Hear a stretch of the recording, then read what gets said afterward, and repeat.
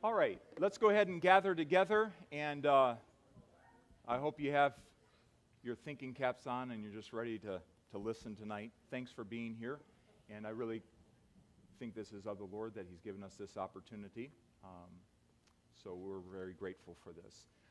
I've known for several years Pastor Gary Click, who also happens to be a representative, and he has been a friend and an encouragement, known mainly through Chad Conley, who many of you have met, and through our mutual heart for what's going on here in Ohio. But he called me on Wednesday and said, hey, I have this opportunity, and would you be interested? And so it took a little bit to think on that and just develop it. And so here we are tonight. Mr. Uri is here with us from Israel. He was here to update the House of Representatives, but he is a tour guide over there and very well established at that, and I think we're going to learn a lot. So our heart is just to hear his perspective tonight, to learn some things, and then I really want to encourage you to be able to share that with other folks. We live in kind of a crazy day where there's a lot of misinformation, so let's do our best to gather, write down things. I'll have my notes out and ready to write down things, so I encourage you to do that. But Gary Click's going to help me introduce Uri. Uri and I just met for the first time today, and I appreciate that. I hope someday we get to meet in Israel. That would be a wonderful thing. But yes, that would be wonderful. But Gary, would you just introduce him and kind of set up the evening for us? Thank you. So first of all, you have an awesome pastor. I love your pastor's one of my best friends, and I know that you appreciate him because you get to enjoy him every Sunday. But I want you to know that he is respected across the state of Ohio. There are many other pastors that look up to him and that respect him and respect. He is an influential person in Ohio, and he has made a huge difference in many ways. And I know some of you came along with him to Columbus on some very important legislation. And God, I want you to know God used that moment, and he used it in a tremendous way. And so thank you for loving your pastor. Thank you for being faithful to your pastor. Thank you for praying for your pastor. And thank you for letting me borrow him once in a while. I want you to say, you ever see something that's really cool and you go, ooh. You know what I'm saying? So everybody go, ooh. I can't stop this thing. Now go, Uri. Uri. That's our guest, Uri. And so once in a while I'd get it wrong. Sometimes I like Uri, Yeri. I had somebody call him Ernie last night. So it's just think about something that's really cool, and you go, ooh, Uri. So it's Uri. And in 2018, I was serving on the Republican State Central Committee. As your pastor mentioned, I'm a state representative. Now, the first calling, by the way, is I'm a pastor.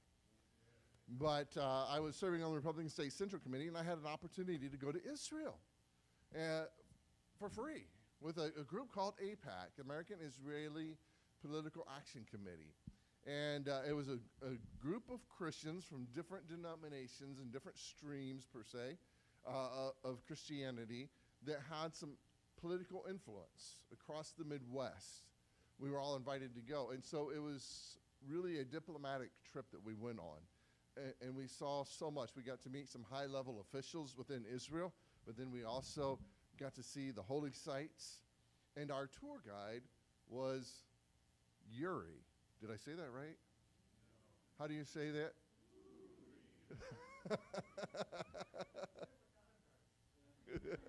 He says I embarrass him too much. And I'm going to embarrass him just a little bit more here in a second. Because, and it'll be over.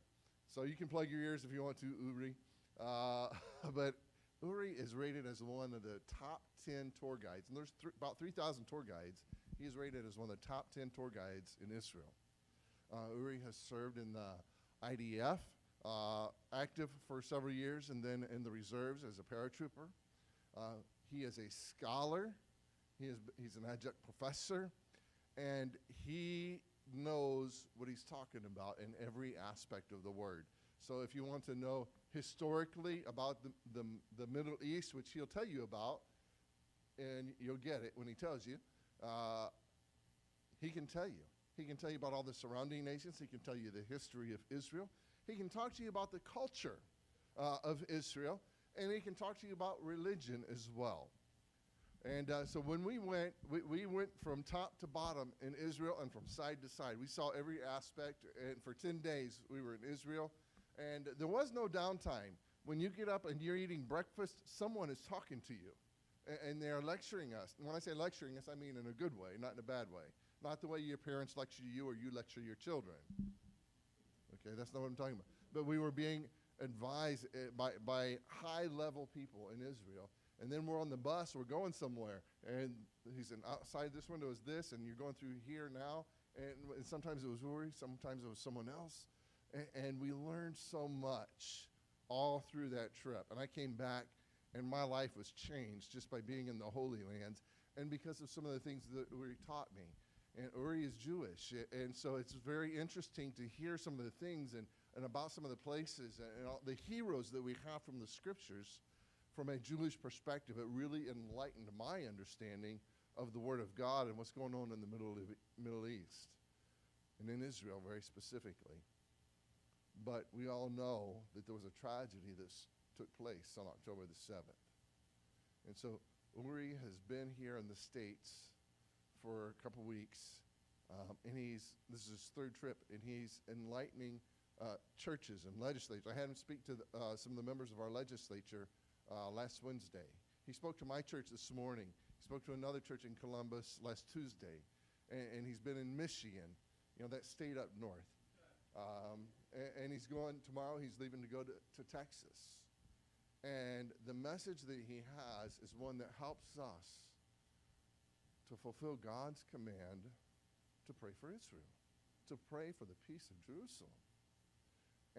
And we can pray better when we can pray informed. And it's not just a generic prayer, but it's a very specific prayer. And as Uri tells you these things, I want you to understand, for us, we see it on the news and we say, oh, that's too bad what's happening over there. Some of the people directly affected by this are his friends. We see it as a news story. Oh, they kidnapped these people. Oh, these people died. That's too bad. Uri's like, I can't pick up the phone and call my friend anymore. So I want you to understand, this is not just an intellectual briefing, although this will challenge your mind and your knowledge, but it's also very personal, and it's going to help us to understand. And so I'm going to just ask you tonight if, first of all, jot down some questions. We'll have a Q&A time afterwards, but I want you to give Uri your undivided attention tonight as he comes and speaks to you about Israel. Uri, thank you for being here. God bless you, brother.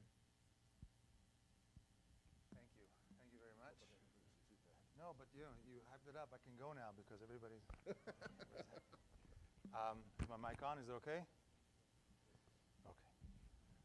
Hi, everybody. And thank you very much for welcoming me into your church. It's really a pleasure to be here. Pleasure is not the right word because I'd rather be home.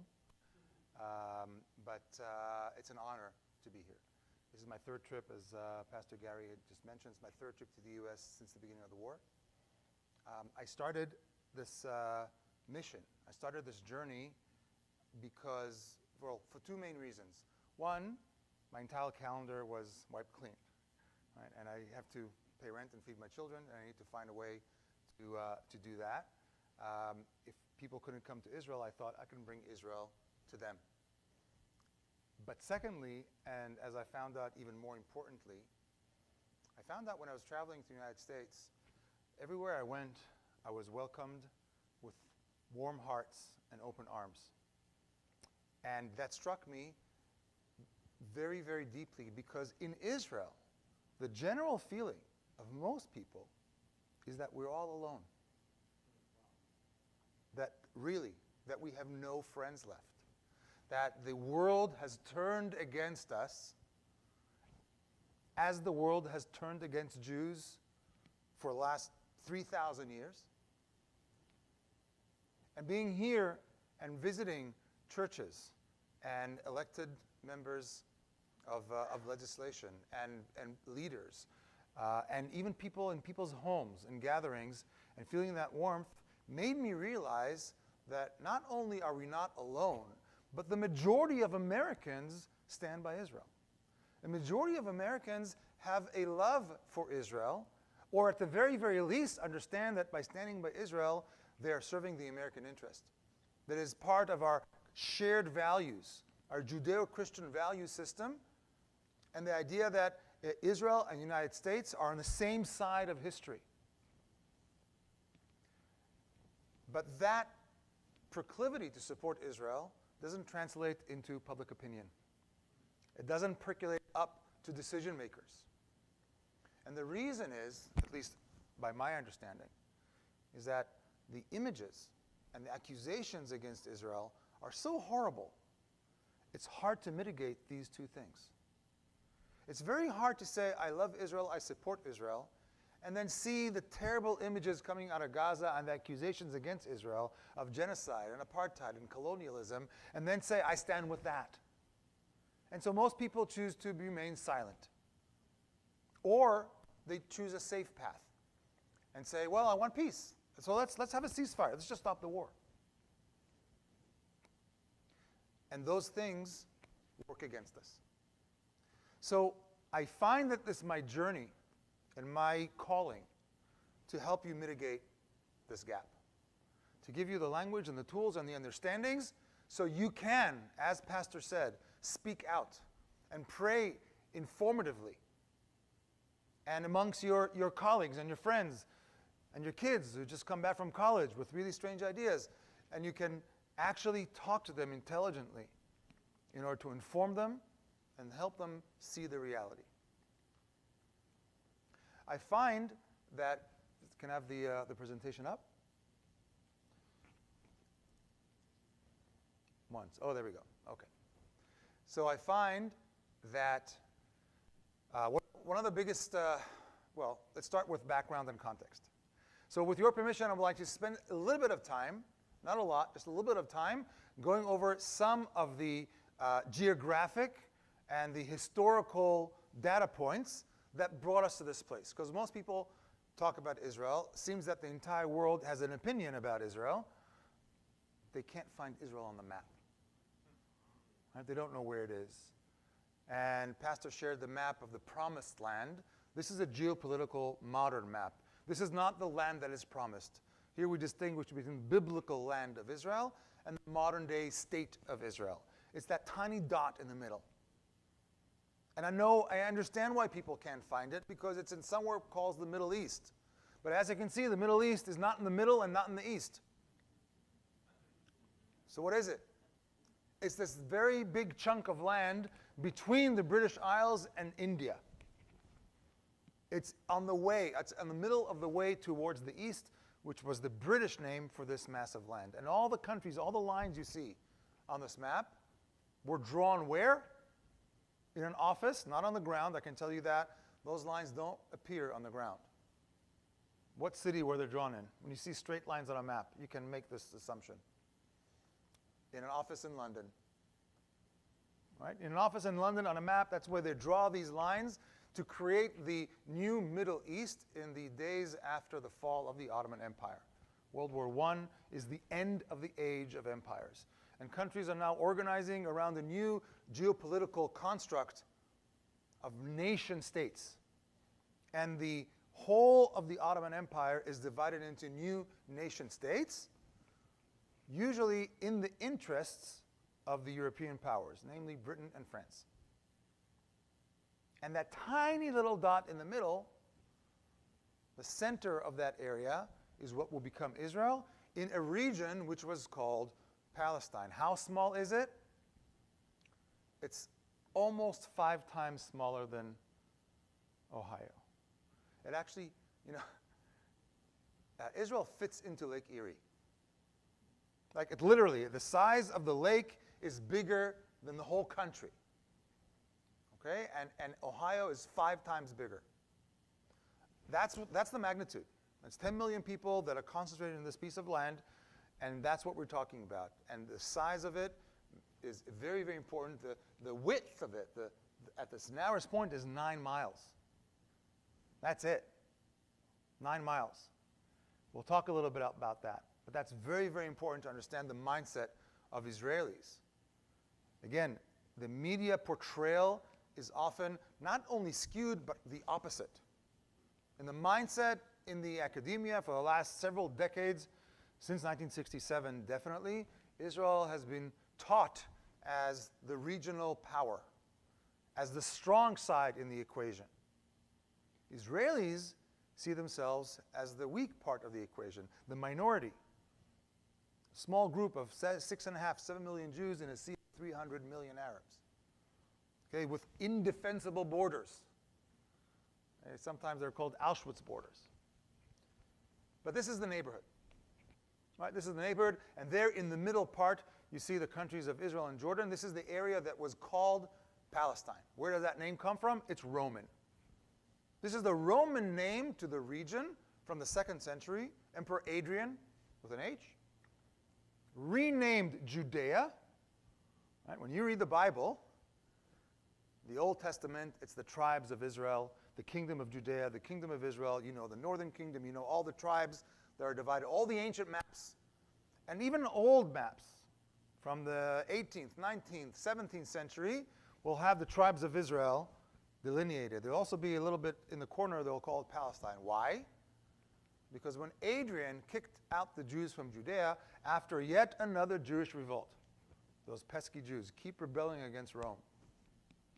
When you come to Israel and you travel, I'll tell you why that's so significant to the birth of Christianity. That clash. Jews rebel against Rome, and yet again, Adrian comes and squashes that rebellion with an iron fist. He will kill more than 500,000 Jews. He will enslave the rest and scatter them all over the empire. That's why there are Jewish communities all over the world. Because of Adrian. And he'll erase the name Judea from the maps and rename it after an ancient foe, an enemy of the Hebrew tribes from the Bible, the Philistines. Provincia Palestina is the Roman name for this region, and it's the name that the Europeans continue to use until this very day. When the Arabs came in the 7th century, 500 years later, they didn't call it Palestina. There's no P in Arabic. Okay, that's the name that is used today. When the British took over this land, they received from the League of Nations after World War I the mandate to create sovereign states. They promised the Arabs, for their cooperation in the First World War, in their defeat of the Ottomans, a kingdom. Where?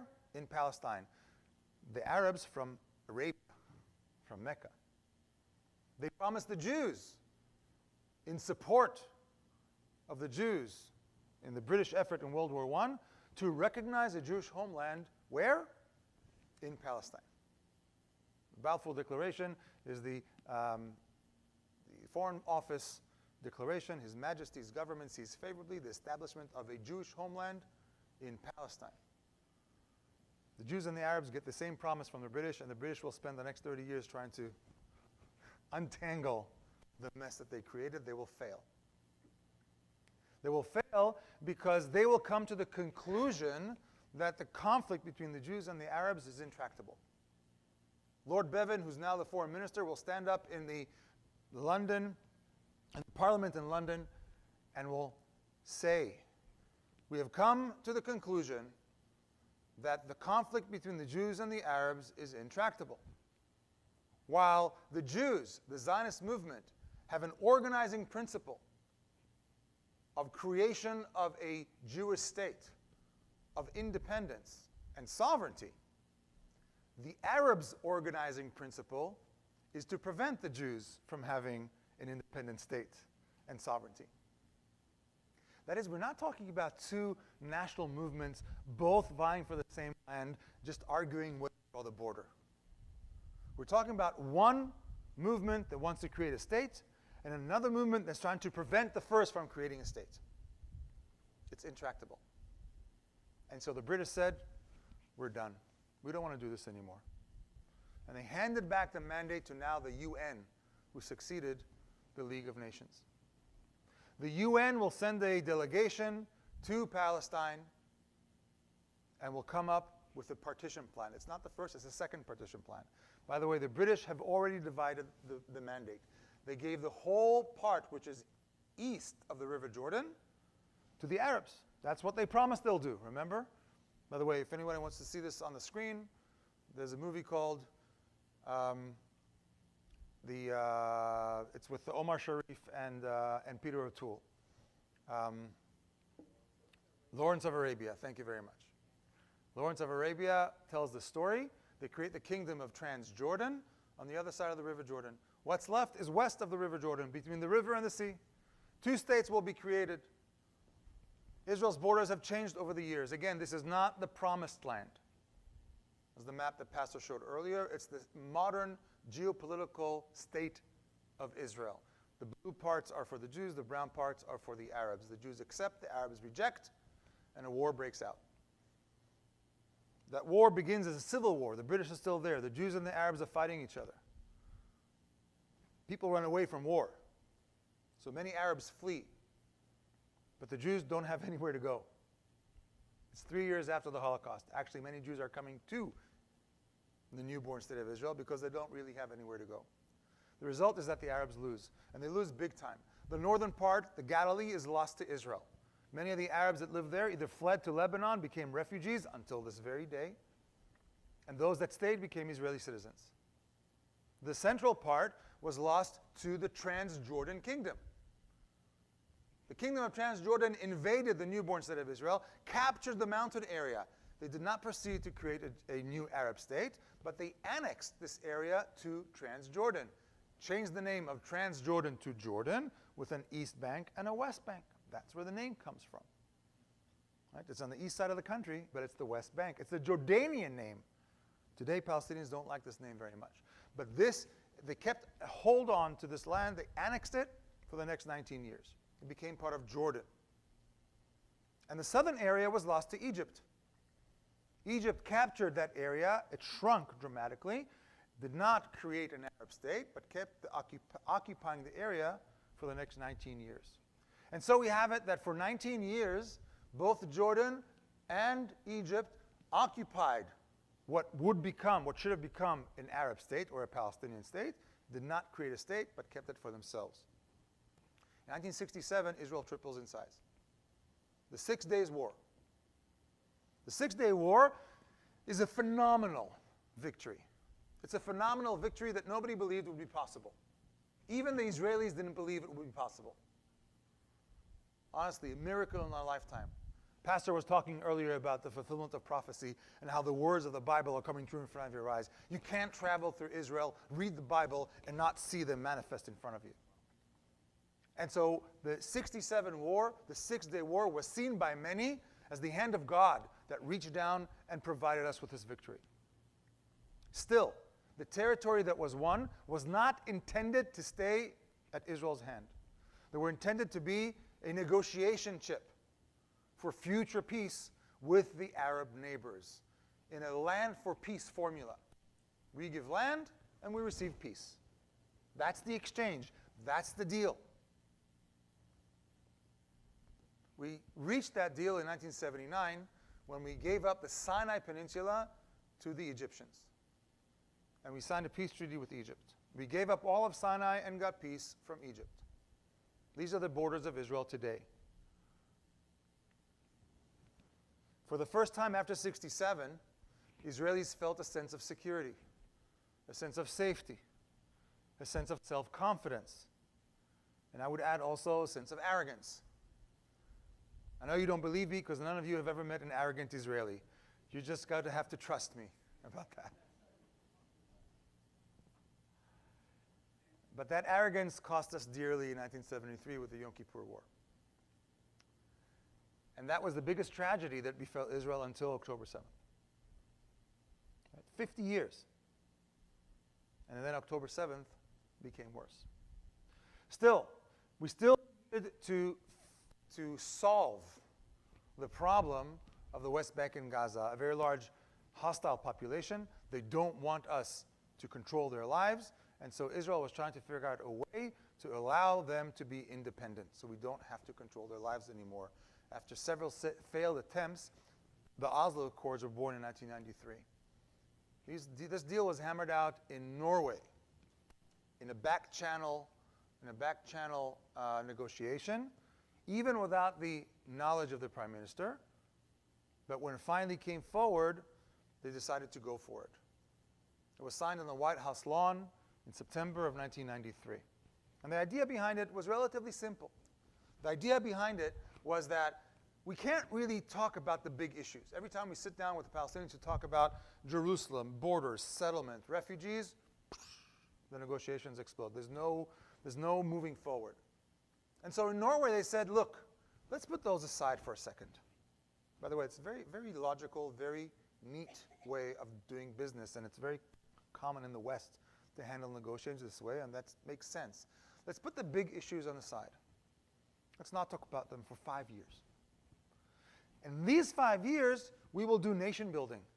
We'll help the Palestinians build institutions, a parliament, a national authority, banks, security, education systems. We will facilitate agreements on the small things.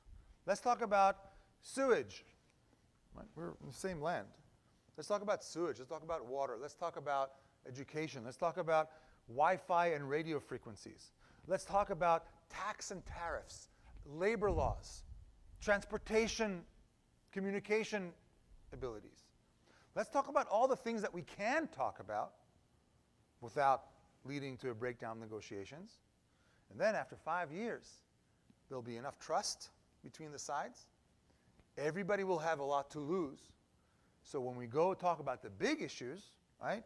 Refugees, Jerusalem, borders, settlements, then we'll be able to reach an agreement. It made sense. And so we started right away. In 1995 was Oslo II, and Israel withdrew from the city centers, handed over 85% of the Palestinian population and creation of the Palestinian Authority, an autonomous government. For the first time in history, the Arabs who are called Palestinians have self-government. Yasser Arafat was in charge of all that. But already then there were problems. There was resistance. There were terror attacks, bus bombs, suicide attacks from the Palestinian side. Israel also lost a prime minister at the hands of a Jewish extremist who didn't want the prime minister to give up land he considered to be sacred land. And so by 2000, Prime Minister at this time now, Ehud Barak, felt that the time is slipping away. He got together with Bill Clinton and Yasser Arafat at Camp David and hammered out a final deal. And this time he put all of the demands on paper. And he gave the Palestinians pretty much their entire checklist. In some cases, even more. In exchange, he asked Arafat to sign the bottom line, that this is the end of the conflict, that there will be no more demands. Arafat walked away from the table.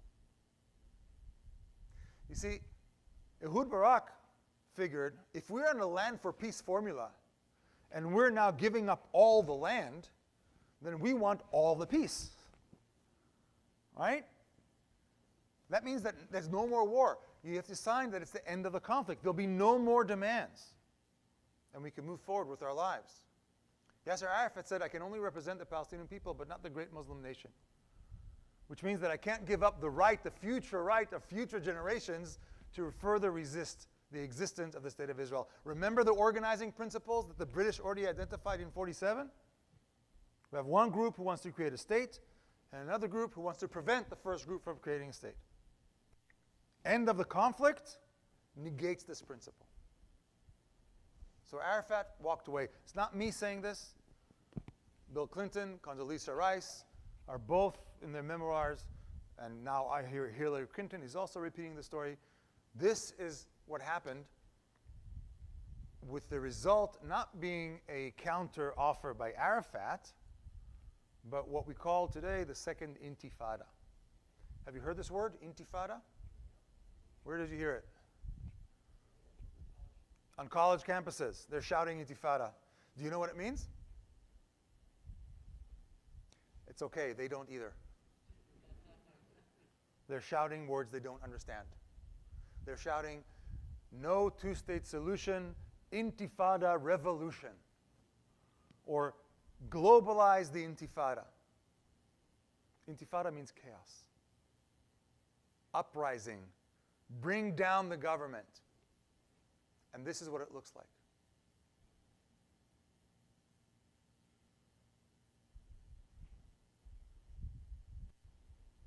During the 5 years between 2000 and 2005, 1,500 Israelis were murdered in such attacks. Suicide bombers, suicide murderers, I should say, on buses, school buses, coffee shops, pizza parlors, kids' birthday parties, drive-by shootings, car rammings, stabbings. That's what intifada means. And that's what they want to bring to American streets. Israel was able to stop the intifada by doing two things. One, go back into the heart of the territory we've given up to take control again of those areas that became centers of terrorism, hubs of terrorism. So we sent the army back into places we've already evacuated. And the second thing is build a barrier, a fence that surrounds the West Bank and prevents would-be suicide bombers to simply walk across the border and blow themselves up on an Israeli street. That's what the media sometimes call the wall. In some places it's a wall, it's mostly a fence. So this two-pronged approach, physical presence on the ground and a physical barrier, is what stopped and ended and brought us to win over the Intifada. The year is 2005. The Prime Minister is now Ariel Sharon. But we still have a problem because Gaza is still a very big, unsustainable problem for Israel. In Gaza, there are close to, at that time, 1.8 million Palestinian Arabs and about 20 Israeli settlements. Several thousand Israelis with almost the same number of soldiers that protect them. And Ariel Sharon, who was considered a hawkish right-winger, comes to the conclusion that this is not sustainable. We must withdraw from the Gaza Strip, but he wants to make it bigger. He wants to comply with what the world has been demanding of Israel for years, to redeploy on the internationally recognized border, the Green Line. This is internationally recognized since 1948. In parentheses, I would add, that means that all the towns and villages that were attacked in October 7th were in undisputed territory. Sometimes the talking heads on the news or the Hamas apologists would say, oh, what do you want? It's been 75 years of occupation. Nonsense. That's a lie. That is a blatant untruth. That area has been Israel and recognized as Israeli for 75 years. And since 2005, there's also no presence of Israelis in the Gaza Strip. Israel pulled out the entire civilian population and all the soldiers from the Gaza Strip and redeployed on the international border. We pulled out the living and the dead because we know what Muslims might do to Jewish cemeteries, so we exhumed their bodies and reburied them inside of Israel. Redeployed on the international border, leaving the entire agricultural and industrial infrastructure intact. The Palestinians could have been exporting cherry tomatoes, strawberries, and tulips to Holland within a week. They didn't.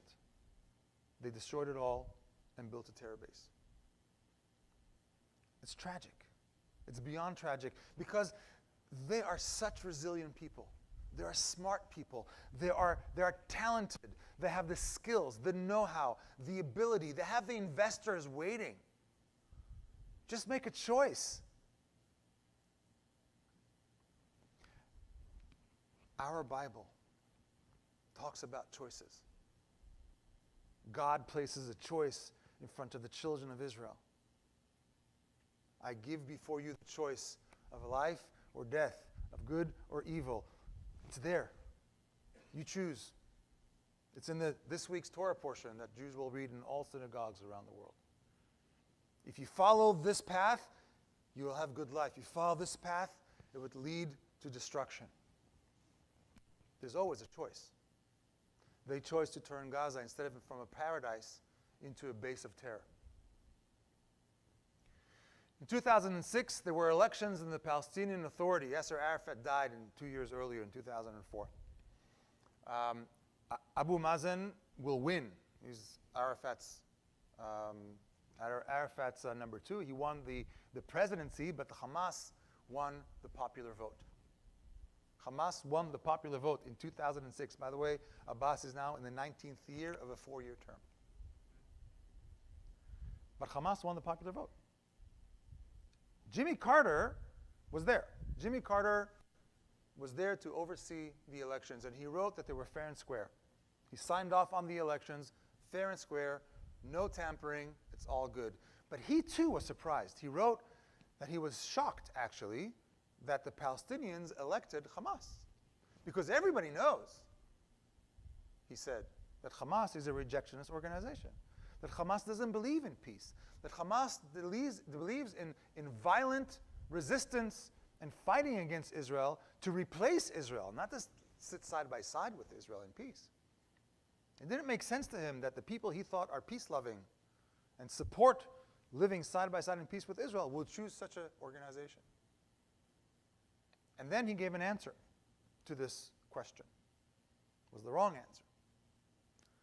But Jimmy Carter said the reason that the Palestinians chose Hamas is because they were tired of the corruption of the Palestinian Authority. Right? This is the guy who said that everything was fair and square, right? But it's the corruption of the Palestinian Authority that drove Palestinians to the arms of Hamas. It's that corrupt Palestinian Authority which is still in charge today. 19 years later, same people, worse corruption. Jimmy Carter did what we call, my colleague Inat Wilf, Dr. Inat Wilf, calls this Westsplaining. It's like mansplaining, but it's when Westerners explain away poor behavior of non-Western people because it suits their needs. It's the subtle racism of diminished expectations. It's the racism of low expectations. It's like saying, oh, they don't know what they're doing. Pretending that they don't read Arabic and don't know what Hamas is all about. But they know. They know very well. In 2007, Hamas take over the Gaza Strip in a violent coup. When I mean violent coup, with guns.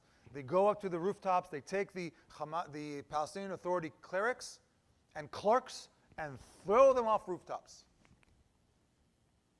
They shoot them in the streets, them and their families. The Palestinian Authority officials run away from Gaza into Israeli arms for safety. At first, it looks like a ragtag group of thugs. This would have been a great opportunity for USA Today to take a deep dive into what is Hamas, to tell the world what this organization is. Missed opportunity. They didn't do that. From a ragtag group of thugs, it turns into this. Nuremberg. Gaza becomes Hamas, Hamas becomes Gaza. Everything in Gaza is controlled by Hamas. They take over the social networks, they take over the mosques, they take over the schools, the UN-run schools, the aid organizations, the border crossings.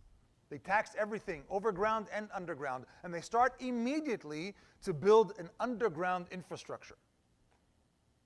For the next 16 years, they will invest billions of dollars. Some dollars that came directly as aid for the Palestinians, concrete, that's supposed to build schools and clinics, would be used to build tunnels, under hospitals and under clinics. Who are Hamas? Why are they so dedicated to this? Well, in their words. And I recommend, when you have time and patience with a cup of coffee, to look up the Hamas Charter. I use the translation from Yale University Avalon Project, but there are others. This is a good translation. They have many historical documents. This is only one of them. Hamas is often mistaken as another Palestinian faction that are fighting Israel for independence. This is a mistake. It's a fallacy. Hamas is the Palestinian wing of the Islamic Brotherhood. Islamic Brotherhood was an organization that was established in the early 20th century in Egypt, whose stated goal is to export the Islamic revolution, Sharia law, and the radical interpretation of Islam to the whole world and create a global caliphate. This is their goal.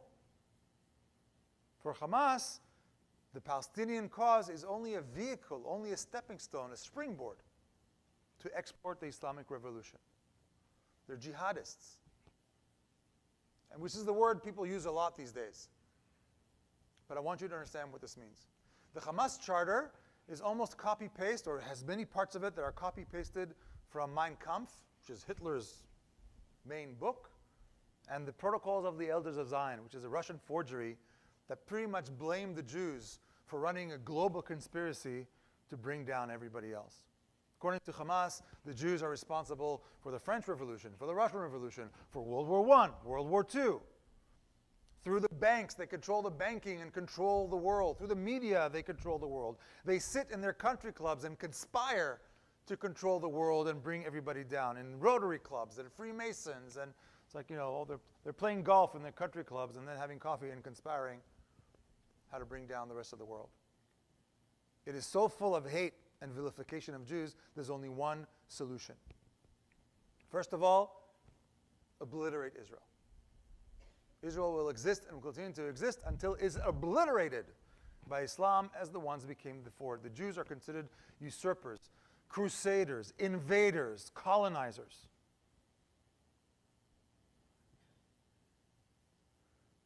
And the only solution is to kill them all. All of them, not just in Israel, but all over the world. It's a genocidal charter that they state clearly as part of their raison d'être, as their reason to be and their goals. And how will they do this? Allah is the goal, the Prophet its model, the Quran its constitution, jihad is the path. And death for the case of Allah is the most sublime belief. This is not hyperbole. It's not dramatic for political gain. This is what they actually believe. In the West, we lack the language to really understand. And even when we understand the words, it's very hard to us to compute the meaning of these words. So please forgive me, but this must be understood. When they say the death, and for the case of Allah, is a sublime goal, they mean that they want to get to paradise. That the life here, our bodies here, are meaningless. Our physical lives here are inconsequential. Life starts at death. And then you get to paradise. You get to the bosom of Allah and the Prophet. But you can't get there just because. Only if you're innocent. Who are the innocents? Children. Listen closely. So if the children die as innocents, they go straight to paradise. You've just done them a favor. What's the next best way? With the blood of the martyrs on your hands. With the blood of the infidel on your hands after you've killed them. That's why they use the bloodied hand symbol. You've seen that sometime in social media. They use a bloodied hand symbol. They say it's to stop the war. It's the opposite. It's the bloodied hand with the blood of the infidel that is the sign that they can now go to paradise. Which is why for Hamas, if the children die, it's not that terrible.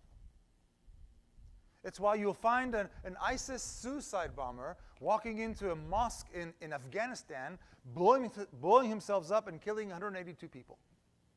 How does that make sense? He just killed other Muslims. Why does it make sense? Because he just sent them to paradise as martyrs.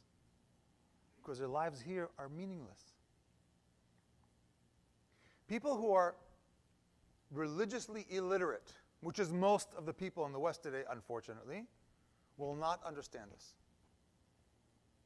We find it hard to believe that there are people around us in this world who don't want what we want for our children. Right? We want our children to be safe and happy and grow up to be successful and healthy in mind and body and have families of their own and be useful members of society. That's what you want for our children. Well, not everybody in this world wants that for the children.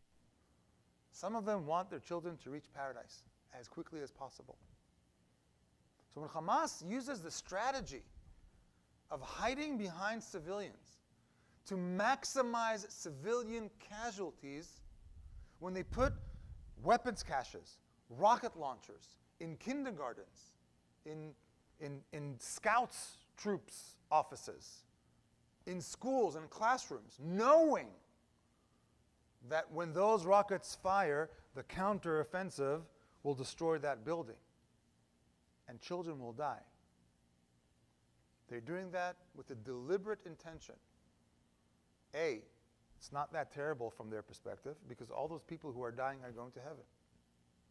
And B, the world will blame Israel because of our sensitivity to the loss of human life. It's our shared values.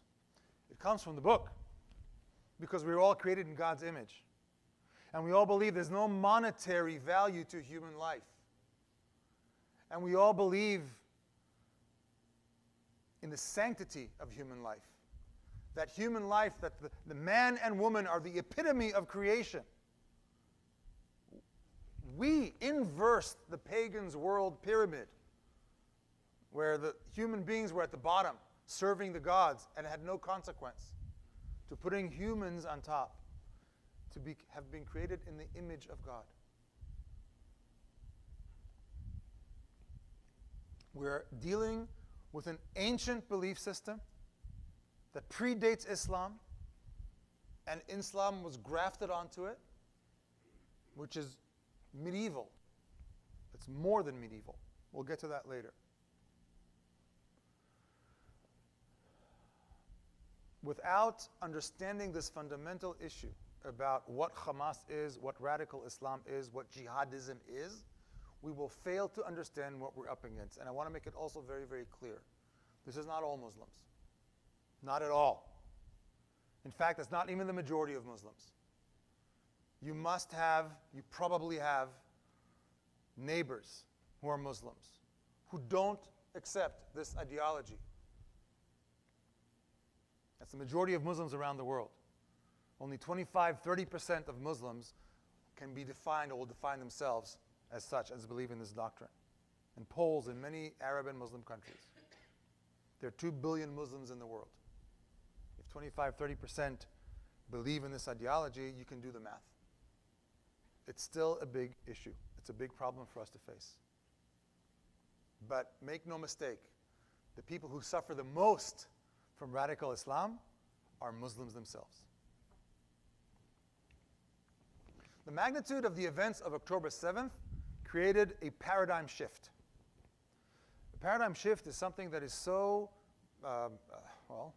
it's so dramatic that it changes the way we view the world. It changes our presuppositions. It changes the view, the paradigm, the assumptions that we use to determine reality or determine policy.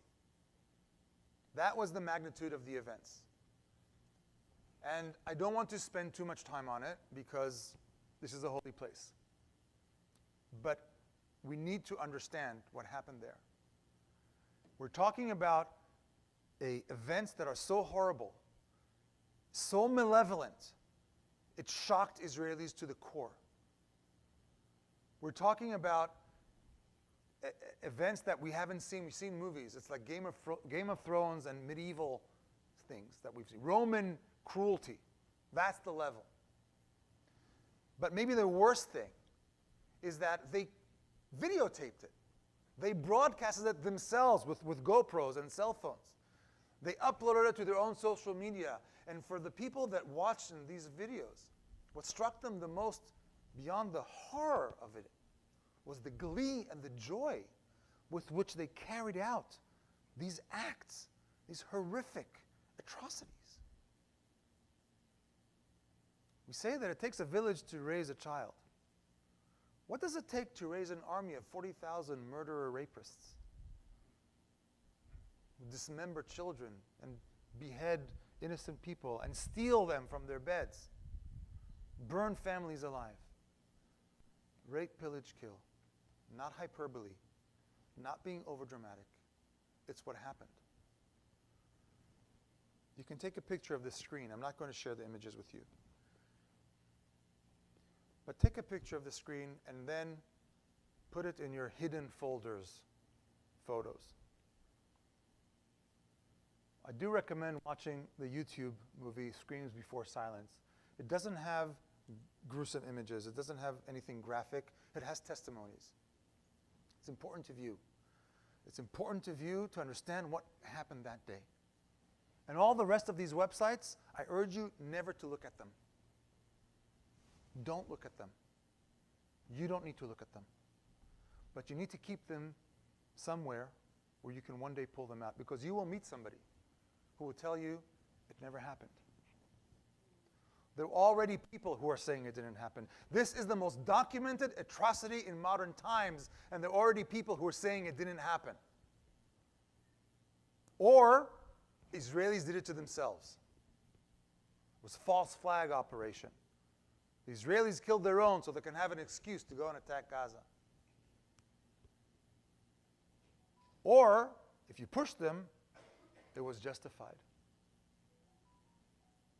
And then you'll know who your friends are when they justify these atrocities.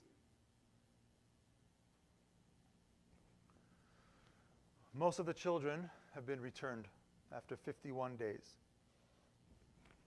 The two in the middle, that's Kfir and Eitan Bibas, the redheads. One was kidnapped and was 8 months old, and the other is 4 years old, a toddler. They have still not been returned.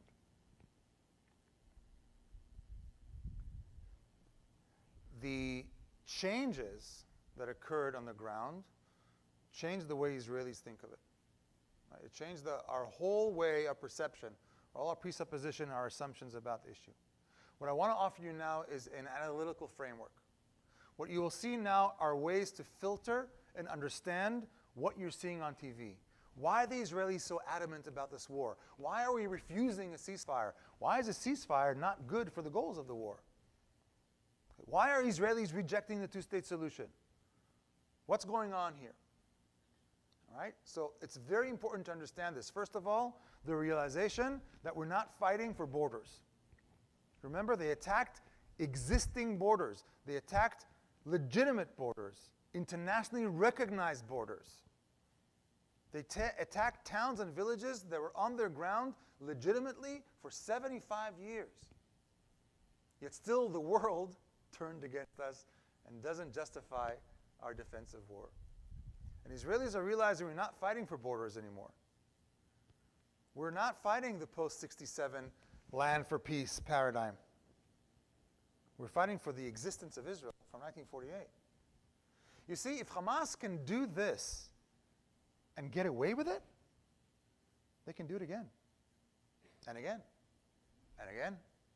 And again. And again, and again, and again, and again. Not me saying this, they are saying this. This is their words. Their leaders are saying this. They will do it again and again and again and again and again, which means that Israelis won't be able to live there. That's the end of Israel. It's not just on the southern border by Gaza. It's also on the northern border by Lebanon, where Hezbollah has a whole army ready to do the same thing.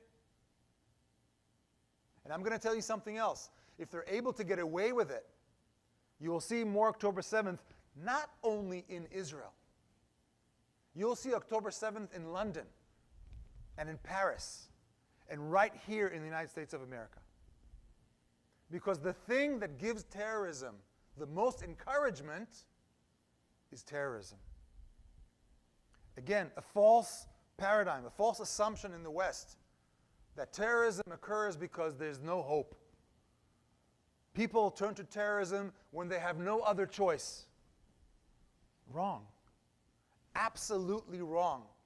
Remember the choices they had back in 2005. Remember the choice they had in 2011, in 2008, in 2000, in 67, in 47, in 36. There are lots of choices. The men that flew into the Twin Towers were not poor, impoverished. Right? They were wealthy. They were educated men. They made a choice to fly into those towers. And they're making this choice now too. Successful terrorism breeds more terrorism. Israel must win this war because the ramifications, if are not for Israel only. They're for the rest of the world. And the second paradigm shift for Israelis is that there's no viable option for peaceful coexistence with a Palestinian body politic that wishes to live side by side with Israel in peace. We want that to be true. We wish that to be true, that there is a large enough body politic or population on the Palestinian side that want to live side by side in peace with Israel. That's what the world leaders are saying. That's what your president is saying. That's what the State Department has been saying for 100 years. There's no data to support this statement. Actually, the data is quite the opposite. This is Khalil Shkaki's numbers. He is a Palestinian pollster. He's the most well-known, recognized, and legitimate pollster. The support for Hamas was not only in the majority in October 6th, it actually increased in October 7th. Popularity for Hamas increased October 7th, after knowing what they've done. Palestinian Authority has not condemned Hamas yet for doing this. These are the people, remember the corrupt people that Jimmy Carter talked about in 2006? That now many people around the world want to bring back to Gaza to rule the day after Hamas. And so Israelis no longer believe that there's a possibility right now, under these constraints, for a viable two-state solution. Not because we don't want peace. Most Israelis would happily give up territory if it can provide them with peace. That's the paradigm, remember, Land for Peace. But if those countries, last week, Ireland, Spain, and Norway, recognize the Palestinian state, which is completely nonsensical because it doesn't exist. But if a Palestinian state is born today, it will be a Palestinian state of rapists and murderers. That's the kind of state you wish for the Palestinians? If you're pro-Palestinian, you need to stand up against this. The second level of analysis is the regional one. And now it's clear that the Iranians have been building for decades a ring, we call it a ring of fire around Israel. You hear in the news often the term proxies, an Iranian proxy. The Houthis are an Iranian proxy. The Hezbollah, these are Iranian proxies. What does it look like? Now you see. For 40 years, Iran has been building a ring of fire around Israel, employing Shiite militias, going into countries that are already unstable, destabilizing them further, putting a military force which is always stronger than the existing national military. Now, do you know a sovereign country that has a military that's not the strongest military force in that country? Can you imagine? Well, that's what these countries are. Yet they're still considered sovereign countries. They still have a vote in the UN. Iran controls 5 countries, 5 votes in the UN. Right? Lebanon, Syria, Iraq, Iran, and Yemen. And they've surrounded Israel, not because they care about Israel or the Palestinians, they actually don't. They will fight until the last drop of Palestinian blood or last drop of Lebanese blood in order to destroy Israel. Why? Because Israel's in the way. Israel's not the main course. Israel's only the little devil. What's the main course? You are. The Iranians believe that they are able to destroy Israel. Not only will they remove a stumbling block on their way west, but they will galvanize and bring the entire Muslim and Arab world behind them to have the legitimacy to continue their revolution and export it to the West. This is their stated goal. They stand up in the parliament in Tehran twice a week, shout, "Death to Israel, death to America." Believe them. Give them at the least the respect of taking them at their word.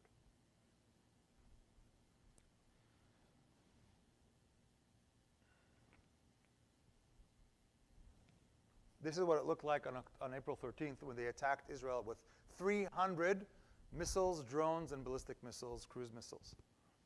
300, there's unprecedented attack. No country in the world had to absorb this kind of attack. They intended to kill hundreds and thousands of Israelis. By the way, this would have killed Arabs as well, Muslims and Christians, not just Jews. When 300 ballistic missiles and drones and cruise missiles are fired indiscriminately into civilian populations. Miraculously, and I don't mean that, I mean that literally. Miraculously, Israel knocked down 99% of these incoming rockets. With the help of the United States of America, armed forces, with the help of the Brits and the French, even other Arab countries, were able to knock 99% of these rockets out of the sky. So much so that Israel's success was then held up against it. The world told Israel not to retaliate. This is the worst attack on a sovereign nation in history, in modern history. Israel was not supposed to respond. Nor harm nor foul, right? Nothing happened. Don't respond. The world is watching. The world is watching. And that's the third level of analysis. Everything you see on TV, everything you see reported from the war, everything you see about Ukraine, about China, about Taiwan, must be placed in the new chessboard, the global chessboard which is happening in front of our eyes. We've moved almost without noticing from a post-war world, a Cold War we thought we won, to a new pre-war world. And I know this is difficult to hear, and I'm sorry, but we're already in it. You're already in it. What Israel is to Iran, Ukraine is to Russia, and Taiwan is to China. Philippines, South China Sea, Japan is to North Korea. I put a question mark because I'm not sure about that last one. But what we're looking at is an alignment of these state actors, belligerent to their neighbors, that have Western or strong ties to Western or American interests. They all have different reasons, they all have different agendas, they all have different ideologies, but they all share one thing in common. The West, and America at its head, is in their way. And the question is not Gaza or Israel. And we can talk about Gaza and Israel until we're blue in the face, and we'll learn really a lot about the tree, but we'll be missing the forest. Because the question is not what Israel will do in Rafah. By the way, this morning, dozens of rockets were fired from Rafah to Tel Aviv. The same place the world has been telling Israel not to go into, don't go into Rafah. The question is not Rafah. The question is, what is the world that we're leaving our children, and what is the world that our grandchildren will grow up in? Is it the world where the despots, the dictators, and the tyrants are setting the tone? The countries that support jihad and slavery and subjugate women and violate human rights and oppress religious and ethnic minorities and promote chaos wherever they go, belligerent to their neighbors and their own people?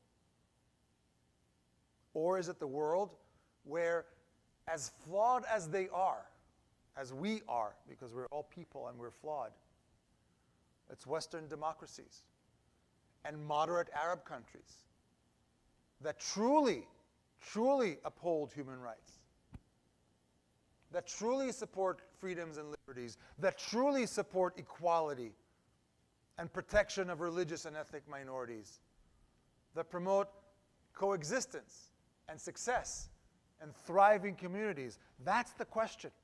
That's the world which is shaping up. That's the big conflict that is shaping up in front of us. It's Huntington's Class of Civilizations, if those of you are familiar with this term. Back in 1992, there was a very famous article that was published by a gentleman by the name of Francis Fukuyama. It was called The End of History. And in it, he said, liberal democracies won. Woo! We won. It's the end of history. No more wars, no more big conflicts. We're done. The political evolution of humankind had reached its apex. And all the world will now flow to the globalized reality and want to be just like the West. And we all went to focus on our iPhones and jeans and developing startups and social media, et cetera, et cetera. But they didn't. And so they started going to universities and buying up property and introducing new professors and new faculties and teaching your children, our children, generations of students about the oppressor-oppressed paradigm. They fed on top of the new Marxist ideas that came out of the 60s and 70s to divide the world between powerful and powerless. And the whole world is now viewed through this prism. And within that prism, Israel represents all the horrible things that the West has ever done. Colonialism, oppression, genocide, which is the reason for the explosion of anti-Semitism. And that's the final level of analysis of what's happening around you today. The veneer of civility has been washed away. The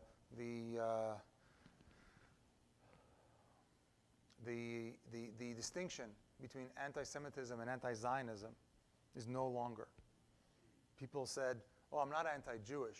Right? I'll just open parentheses. When we say anti-Semitism, we mean anti-Jewish. Anti-Semitism is a word that was invented in Austria in the beginning of the 20th century to whitewash the hatred of Jews. It's part of the racial theory that divides people into races with different qualities. It's all junk science. It's based on social Darwinism. And within that, the Jews are not the lowest race, they're the subhuman species. The virus of humanity, just like a virus in the biological world, the Jews consider the virus of the social world, which is why it must be eradicated. This is the belief in the original racial theory developed by the Austrians and the Germans and then adopted by the Nazis. All right? And a lot of people said, I'm not anti-Jewish, and they used the word anti-Semite to whitewash the fact that it's anti-Jewish. And people say, I'm not anti-Semitic. I'm only anti-Zionist. I'm not against Jews. I'm against oppression. I'm against white supremacy. I'm against colonialism. Well, that mask is now completely off. Anti-Semitism is defined as a mutating virus. It always changes in every generation, in every society, in every continent where it exists. And it is always the same. It is the opposite of whatever society holds dear. Whatever is your highest value, the Jew will be the opposite. For the anti-Semite. For the anti-Semite, whatever they hate most will be pinned on the Jews. And this is true from the moment the Jews show up on the stage of history. It's in our book. When the children of Israel received the word of the God of Israel and are chosen as the vessel to bring the knowledge of Yahweh into the world, they come to the pagan world around them and tell them, your gods are false. They're weak. Only one God exists, and he's the only one that we serve. My God is stronger than yours. Na, na, na, na, na. Pretty much. And they don't like that. You know who doesn't like to hear that they're morally corrupt? The morally corrupt. And so from the moment the Jews show up on the stage of history, they present themselves as the civilizational other. They're always the other. So they rejected the pagan world. It took them hundreds of years, by the way. They too were, like Elijah says, stepping on both sides, remember? They too were worshiping Asherah and Baal. They too were worshiping on the high places where they weren't supposed to. It took them a while. Every time they got, clobbered over their head. And every time they said, oh, God, I'm so sorry. I need to repent, I need to repent, I need to repent. Until God had enough and he had the temple destroyed, Jerusalem exiled by the waters of Babylon, when we sat and wept and we remembered Zion.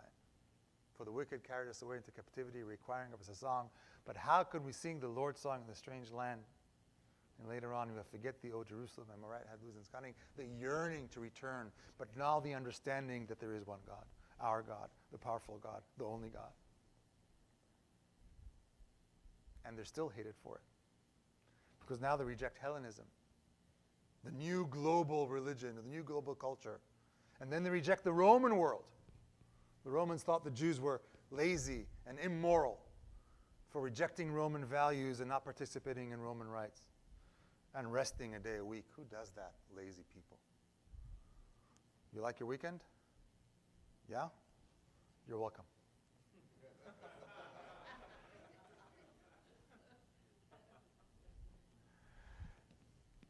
And then they reject Christianity. The early church needed to find a solution to the rejection of the Jews, of Jesus as the Messiah. And so Jews were vilified. Jews were rejected. Jews were marginalized. Jews were hated. Jews became the spawn of Satan. They were vilified as the Antichrist. In order to prove the ascendancy of the church, this is replacement theology.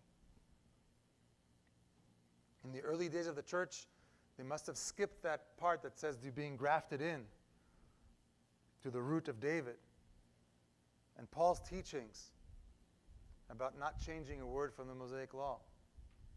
And the fact that we are worshiping the same God and have the same goals and the same foundational values. But in those days, the vilification of Jews was the word of the day.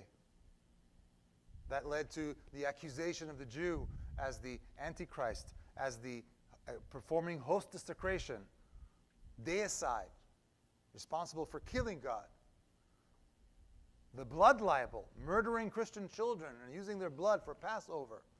Very popular idea in Europe, their artwork until this very day. This idea was copy-pasted into the Muslim world as well. This ideas that led straight to Auschwitz. But when religion is no longer the ruling ideals, and Europe turns to nation states, the Jew is now the usurper, the traitor, the fifth column, the Judas. In the communist world, the Jew is the capitalist. In the capitalist world, the Jew is the communist. The Jew is either too rich or too poor. The Jew is either isolationist or infiltrates our ranks. In a world of racial purity, the Jew is the ultimate impurity. And now, in a world where colonialism, apartheid, genocide are the worst crimes against humanity, the Jew is blamed of that too. Oh, sorry, not the Jew, the Jewish state. But the Jews are identified with the Jewish state because the majority of Jews will define themselves as Zionists. But for the last 50 years, they've kidnapped, they've hijacked the word Zionist. In 1975, the Soviets pushed forward a resolution in the UN to identify Zionism with racism. It was rescinded later on, but the damage was done. For decades, in liberal arts colleges, in political science classes, in Middle East studies classes, all funded by the Qataris, in the gender classes, Zionism was labeled, again, hijacked away from the Zionists, away from the Jews, and relabeled, rebranded as racist, as colonial, as supremacist. Okay? And you get to this. So I was very glad to hear, Pastor told me that when October 7th happened, you reached out to your Jewish friends and to the other Jewish congregation here, and that warmed my heart, truly. It really did. Your Jewish neighbors and your colleagues are hurting. They're hurting really, really badly. And they need to hear from you. But I want you to remember us also. What starts with the Jews never ends with the Jews. The reason that a society thrives is because a society allows for truth and a free exchange of ideas. In a society like that, Jews can live freely. When Jews have to hide their Judaism, that's when a society is starting to hide the truth. The big three, as I mentioned just before, again, I don't want to get into too deeply, but these are lies. These are lies that they started to accuse Israel already on October 8th. Israel hasn't even begun the counteroffensive, but they're already shouting genocide, how Israel's destroying Gaza. And they repeated it again and again and again and again. Again, not a single Israeli soldier has entered Gaza.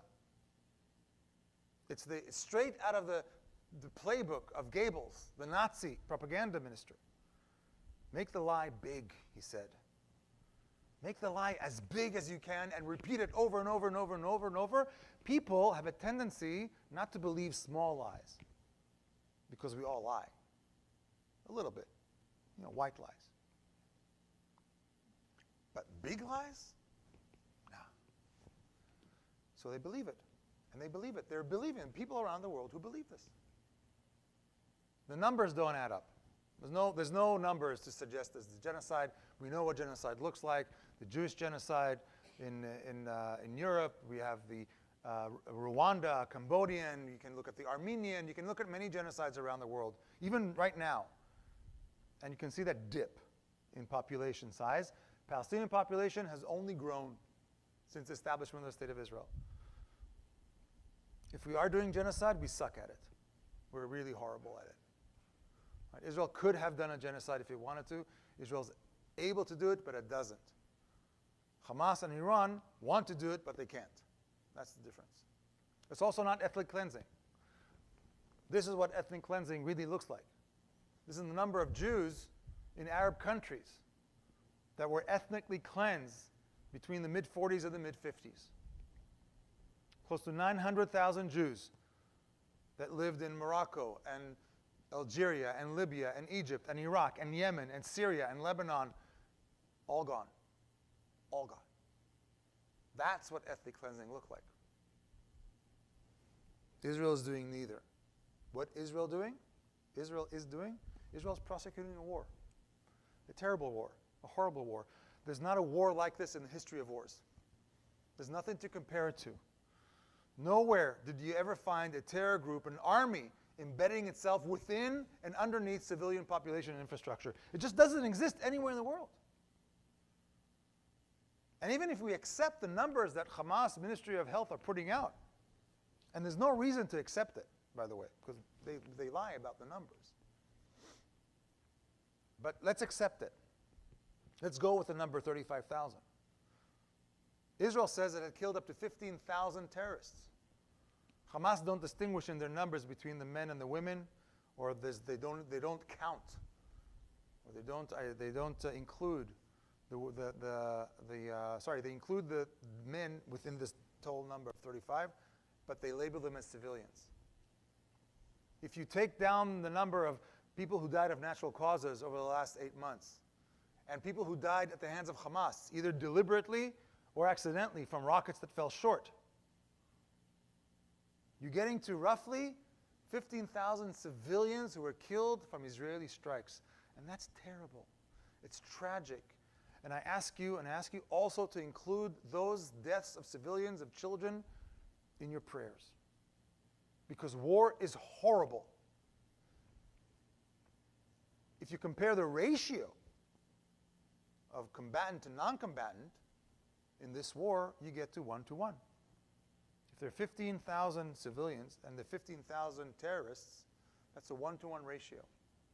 Do you know what the global ratio of civilian to combatant deaths in global urban warfare? It's 1-to-9. 1 combatant to 9 civilians. That's the global ratio. The Americans and the British did a little bit better in Iraq and Afghanistan, 1-to-5 and 1-to-4. Israel is managing somehow 1-to-1. Not only is it not genocide, it's not indiscriminate bombing, it's not purposeful directly targeting of civilians, it's the opposite. Israel has managed to reach a level of care and a level of protecting of civilian population in war higher than any other country in any other war. Again, every single casualty is tragic.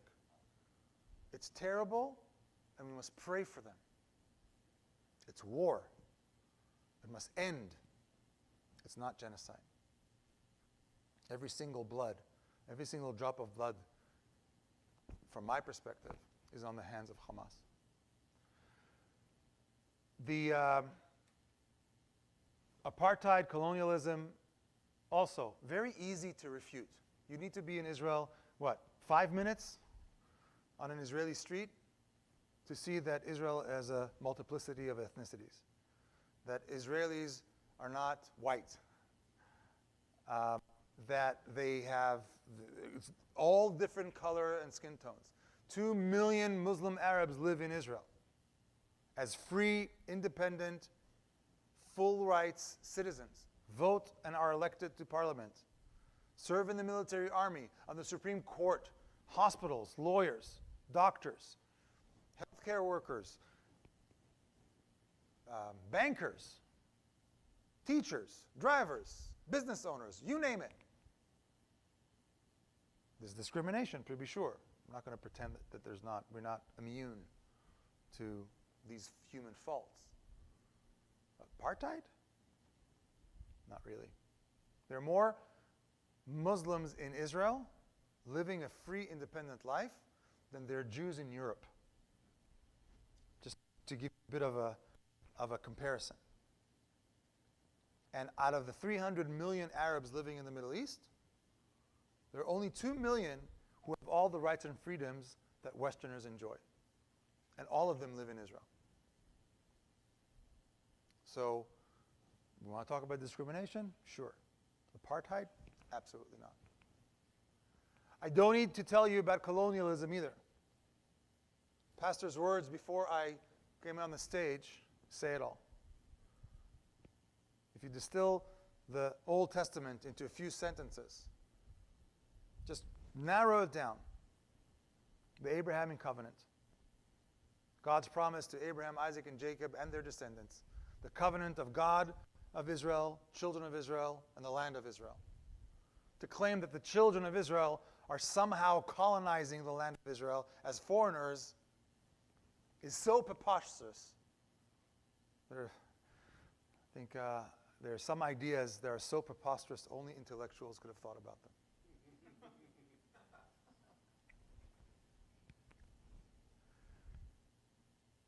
The war of misinformation is the last point I want to share. But I don't want to get into too many details. This is basically the news that you read in the mainstream media is not news. It is a version of the events that usually project the opposite of what actually happened.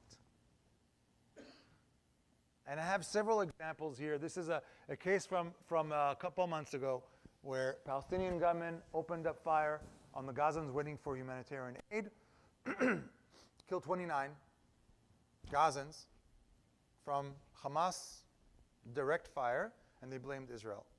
A day later, there's a video over there that actually shows this. Israel actually released that video of showing the Hamas gunmen shooting, right?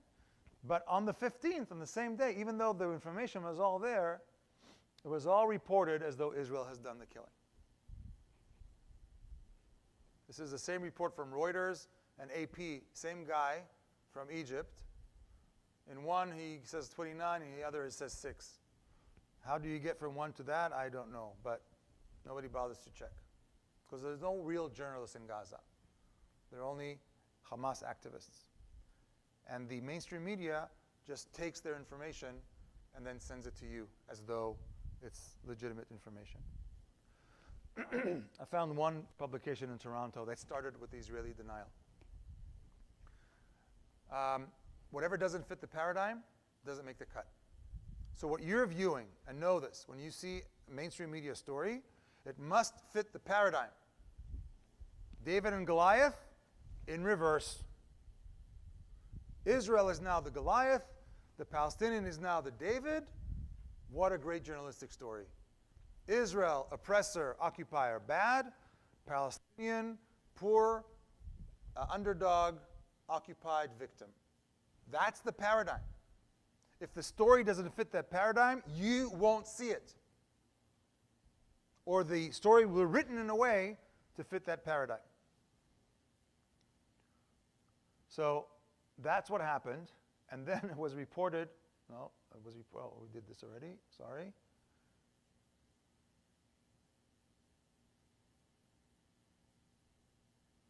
And then it was reported, this is as though 4 Israelis and 2 Palestinians were killed.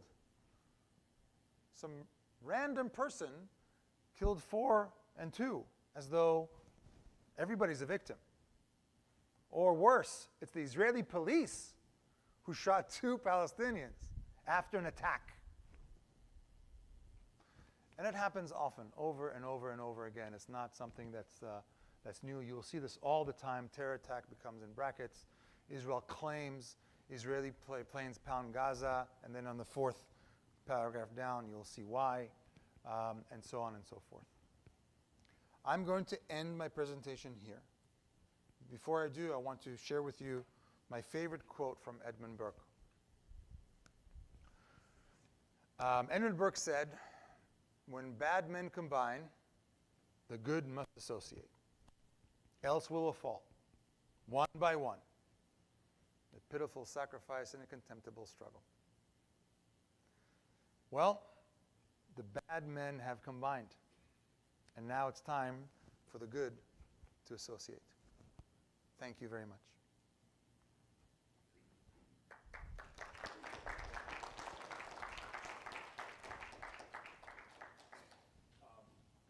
We want to take some time just for some questions. Sure. Guys, you can help out with the stools. And do you have your mic? That's great. Want to take these chairs from back here, or You guys are going to come up and help out. Do you have any questions to start off? Yeah, I do have a couple questions. Let's just start off with this. When I was with you, we were outside of Gaza in a kibbutz, and thank you, young man. And the thing I noticed, first of all, was, they all had, how many of you, by the way, have ever gone to your basement in a tornado? Any of you? Okay.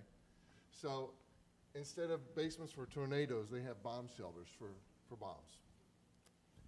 And we were there, and it really struck me when I was there with you, with Ray, with David Shaw, who's watching right now, by the way, so wave to Dave.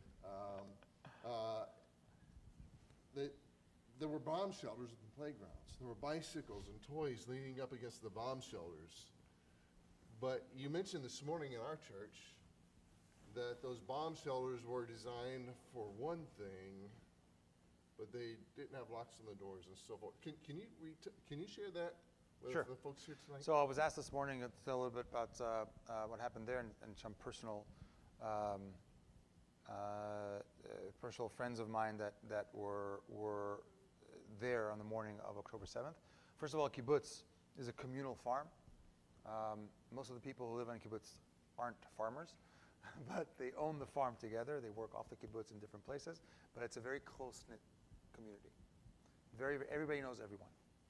Kids sleep over other houses. Dogs and children walk freely on the lawn. So it's a very, very close-knit community. It's like a large family. And on the morning of October 7th, it was the morning of the holiday. It was the last day of the holiday of Sukkot, was Simchat Torah, when Jews celebrate the completion of the cycle of reading the Torah. And everybody was home, still celebrating, sleeping in, ready to a beautiful autumn, or was just late summer day. And that's when the attack started. And right away, because they're used to sirens. I mean, that's what they have there. When you hear a siren in that area, you have 15 seconds to reach a shelter. 15 seconds to reach a shelter. And that's life. It's been life like that for 20 years, since 2007 when Hamas took over. Imagine if you're driving, you got two little children in your car, and both in car seats. And now the siren goes off and you have 15 seconds. Which one of them do you take? It's a very difficult life, but they managed it. They were resilient, and they managed it, and they thrived. And the bomb shelters were designed so people can run away, get shelter, and 10 minutes later, everything clears, they continue. But they were designed for incoming bombs. They weren't designed for people in the living room. So none of the doors have locks. They just don't have locks. It's a design flaw. Nobody thought about it. No one thought that would be even a possibility. And so they all went into the safe rooms. They closed the door so shrapnel or a direct hit even won't enter. But then they heard the terrorist outside their door. And so for hours, they had to hold the handle. For hours, in some cases even a whole day, until the army was able to show up. They're holding the handle while there's a terrorist on the other side. And in some cases, they weren't able to hold the handle as long as they needed to. And the terrorist made it through or shot through the door. And in the cases that they couldn't, they just burned the house down. Wow. And so a colleague of mine, his name is Aviv Kuntz, his whole family of 3 children, family of 5, were burnt alive. And they found them hugging, but just a big piece of charcoal together. They found little children. Like they found a piece of charcoal that only in the X-ray they saw the spines that there was actually 2 human forms. They found charred bodies of parents and children bound together. A friend of mine, ours, you know her also. She was our host when we were in Kfar Aza, one of the kibbutz communities there, was abroad, and she was actually with her phone communicating between the army and the civilians, because the army communication completely broke down. Hamas were able to destroy our army communication, and the army was blind. And so it's only the civilian communication network that was being used, and somebody had to convey that information to the army on their civilian network. And she was acting from Portugal. She was doing this, situation room, and her sister was locked up with her brother, with her father and other children that came to sleep over for 12 hours. And they were holding the door while they're holding the handle, while there are terrorists surrounding their house trying to get in for 12 hours, until the army finally showed up to rescue them. And during those 12 hours, she tells of her sister that she actually contemplated not letting her children fall to the hands of Hamas alive. Now, you've been to Masada. Right? The story of Masada is a story of a last stand of the last Jewish rebels against Rome that ended up with a mass suicide or mass murder-suicide, depending on how you tell the story. And I always tell the story that we can't imagine what it was like, what it might have been like to even contemplate killing your own children so they don't fall to the horrors that would be done to them by the Romans. And I always said, that can't happen. We can't really understand what that means. Well, turns out that we can. Wow. And if I can, and I was there at Masada with Uri when he made that statement. And I think just the one thing I want to point out, Pastor, if I can, is that it's one thing when we see these headlines on the news, but we feel so distant, like, oh, that's too bad. Oh, that's too bad. Oh, shame. But having Uri here, you understand that this is not just a headline. This is personal. Yeah. These are real people. He's describing some people that I met, that I saw, that I had fellowship with, and people that he knows very personally. So keep that in mind when you pray for the peace of Israel. Pastor. Amen. Amen. Well, actually, I didn't get to go to Masada. Okay. Our trip was so jam-packed, and so I was thinking of another location, but I look forward to someday being able to August see would have that. been too hot. That's Yes. why I guess that was part of it. There's a lot of hot places in Israel. The top of Mount Arbel was the hottest. I think we were at a 127 heat index. Wow. It was just sweltering. When you come, we'll make sure it's not on the hottest month of the year. Yes. Turn on the air conditioning. We'll get to a question in just a minute, but you mentioned there was so much that I learned hearing you speak, and very, very helpful. When we went, we really were there to combat, as pastors, to combat the rise of replacement theology here in the States. And so church, what he referred to a moment ago as between the Jews and Christianity and replacement theology is that the church is the replacement of Israel, and all the promises that were towards Israel are now towards the church. And replacement theology is a very damaging heresy that causes a lot of problems, and it results in a hatred towards the Jews. And so that is something that we as a church do not align with. We don't believe, and as you aptly mentioned Paul, I was writing down there, Paul in Romans 11 deals with that. Hold on. You remember and you appreciate. And the gospel was to go to the Jew first and also to the Greek, but the idea of this replacement is something that we do not see in Scripture. And we don't align with people that see that. And so I just wanted to draw that distinction. The early church, I don't believe that was a part of the early church, from Paul's viewpoint, from Peter's viewpoint. It wasn't a part of the early church doctrine. It came later on. That's right. Came really in 400, the area of 400 with That's the right. Catholic Church. But as a Baptist church, we are not Protestant. We never were in the Catholic Church to have to protest and come out of the Catholic Church. We have always believed the principles and the teachings of the New Testament. And so that's a big difference. Many, even Baptists, will be confused and sometimes reference themselves as Protestant. We are not Protestant. We never came out of the Catholic Church. We've always believed the New Testament teachings. Go ahead. Thank you, Pastor. And Uri and I have had so many wonderful conversations. But, there are different types of Judaism. They're not all the same. We might call it denominationalism. But for us who are not necessarily educated in that field or in that category, we tend to think of Jews as all being the same.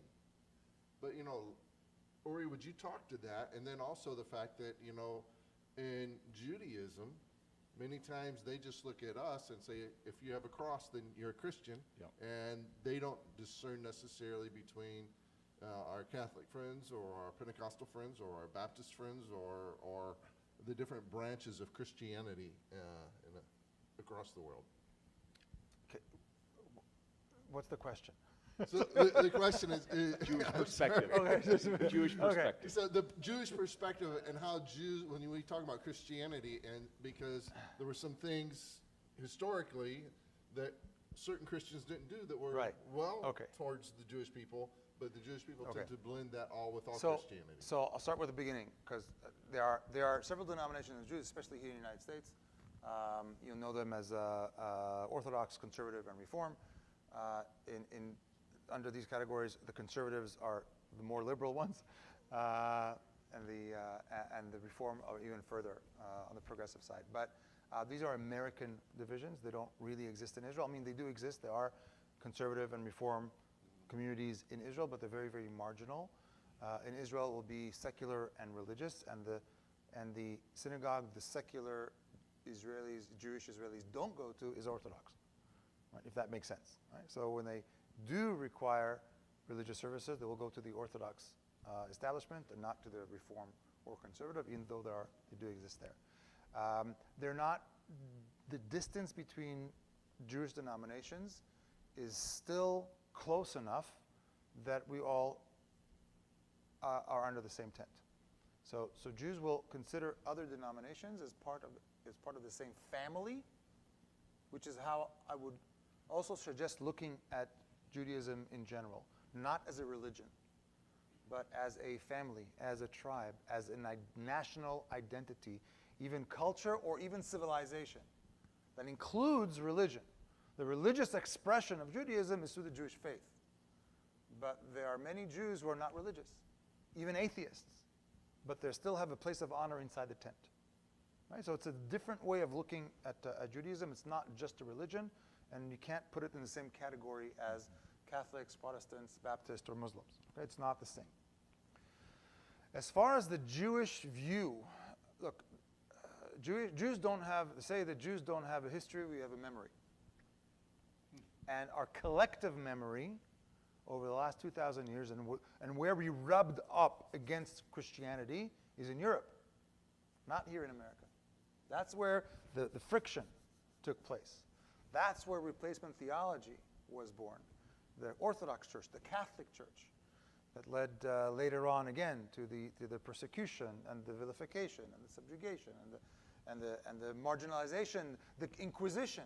A lot of shins going on here. The Inquisition, right, and the persecution of Jews, and that experience is what branded the church for the Jewish people. And so there is little effort, because of this memory, there's little effort to learn about or to distinguish between different Christian denominations.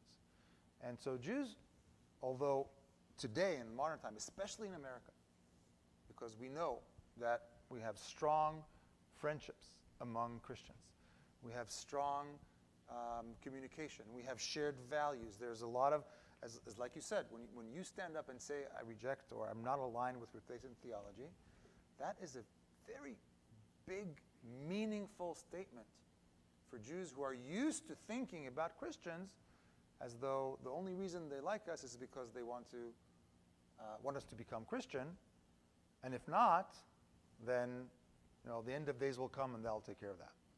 Right? And again, I know that's a very narrow, very shallow interpretation, but for 2,000 years, that has been the experience of Jews. And so there is a suspicion which exists there, which we are still just 1-2 generations removed from the Holocaust. Yeah.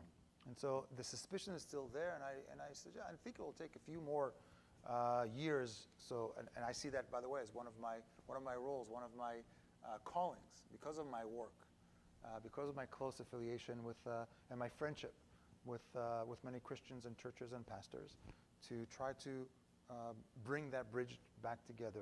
The days of the early days, first century, second century, when the Christians were persecuted even more than the Jews by the Romans. The Christians, I don't know if you know this, but Christian people identified as Christians were persecuted even more than Jewish people were at the hands of the Romans.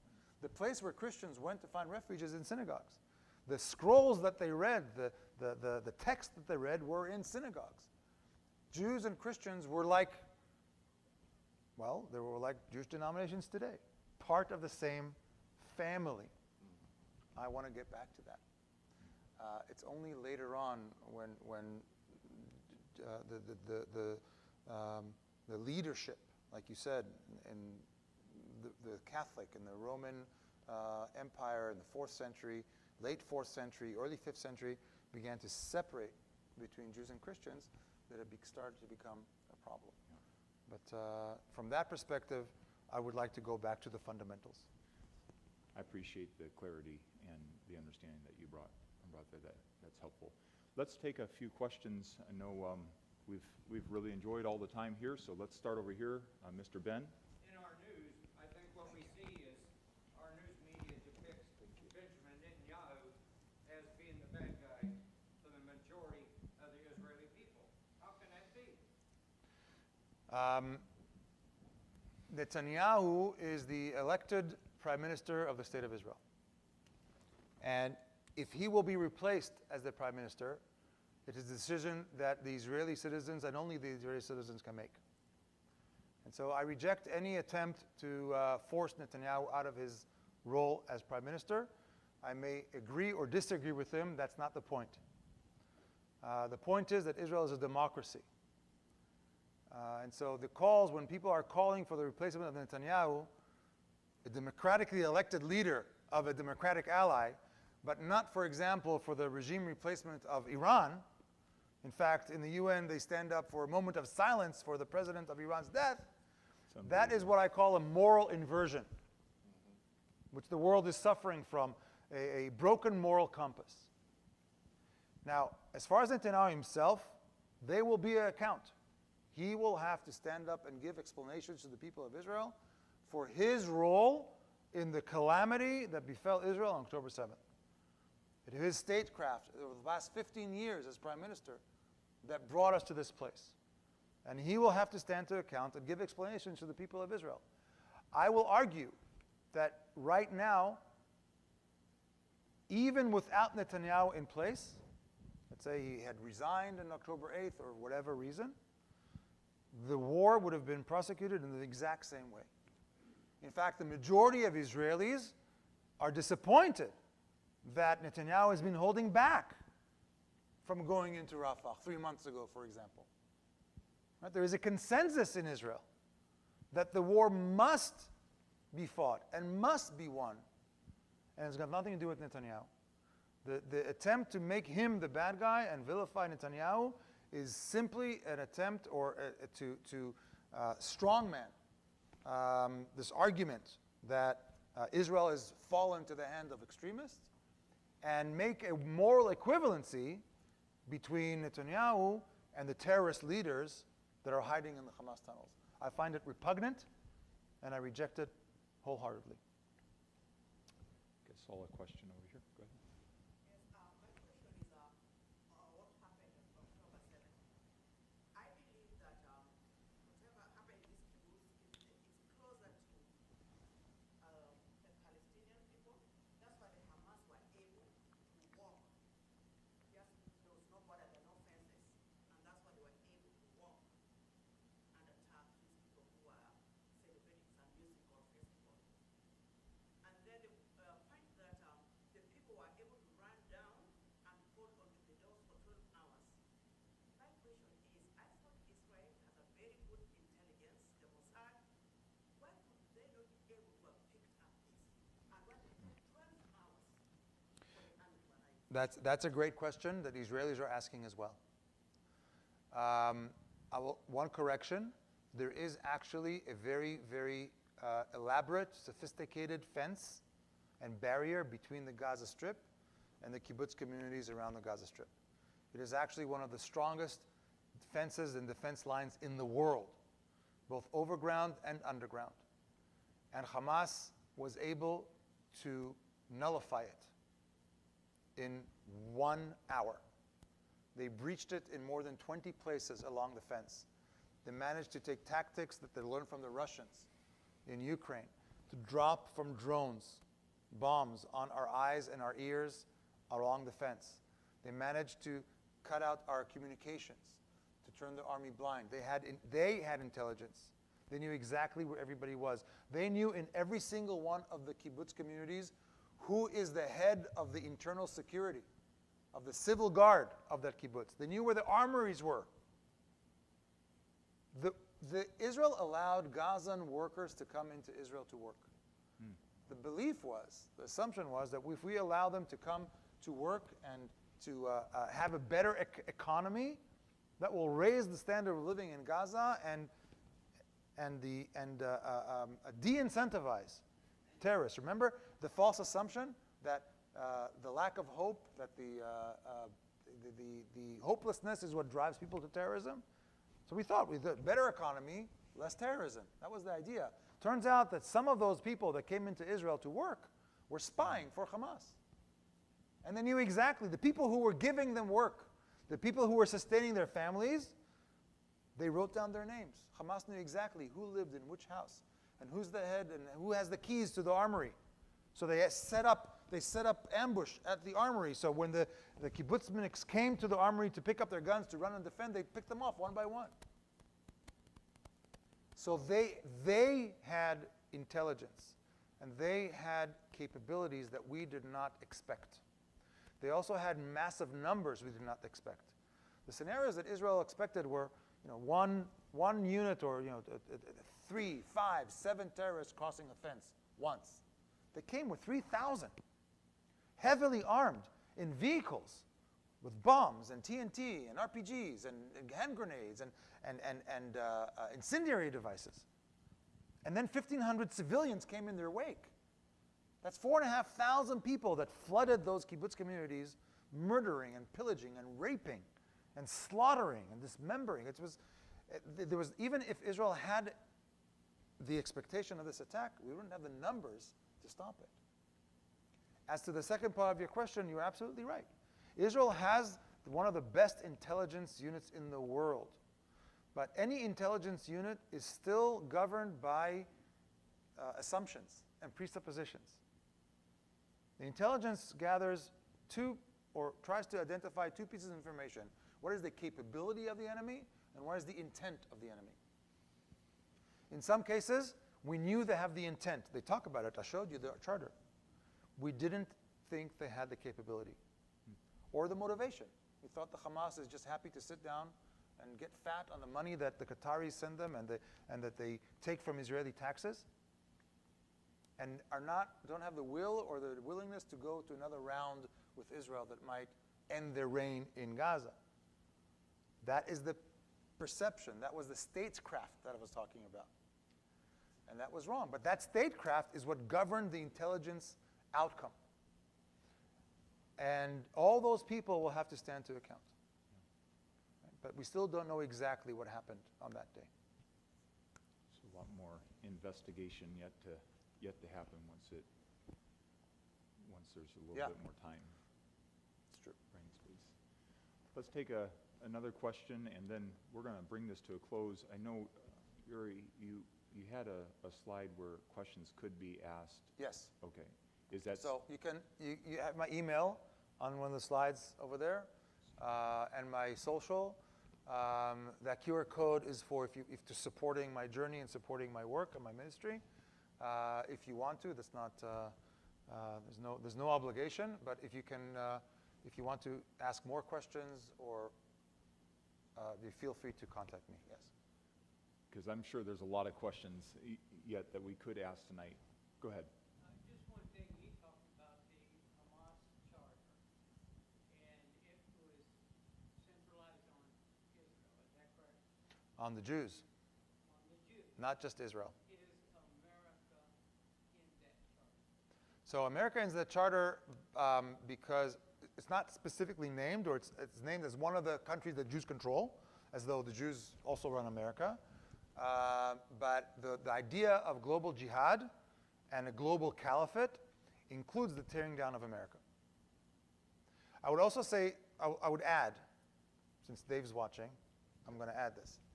The whole motivation, or the reason the Iranians pulled the trigger now, has to do with the fact that the Saudis were about to enter the Abraham Accords.